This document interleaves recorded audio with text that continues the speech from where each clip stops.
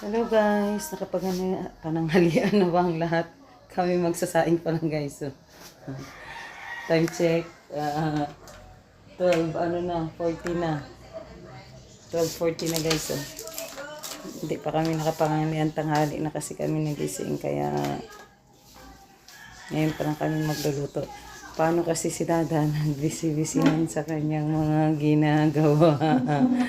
Yan guys, yung ginagawa ngayon ni Dada guys. So.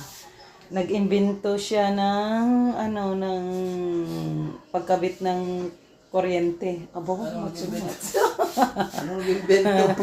ay, hindi. Nag-aaral ako ng TESDA. Hindi. Nag-aaral daw talaga siya ng TESDA, guys, ha? Nag-aaral daw talaga siya ng TESDA, oh. Proud wife, oh. Yan, guys, yan ang gagawin niya ngayon. Busy siya. Nag-aaral ako sa TESDA.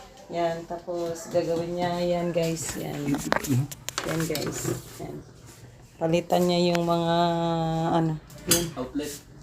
Palitan niya ngayon yung mga outlet. Pati ito guys, kasi hindi niya naayos. Yan.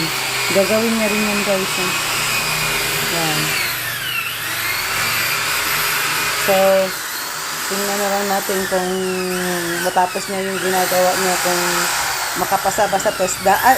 Nakapasa na nga sa TESDA. Yan, Matsu. Matsu yung electrician, no? Okay. Ako muna magluluto ngayon, guys. Gawis.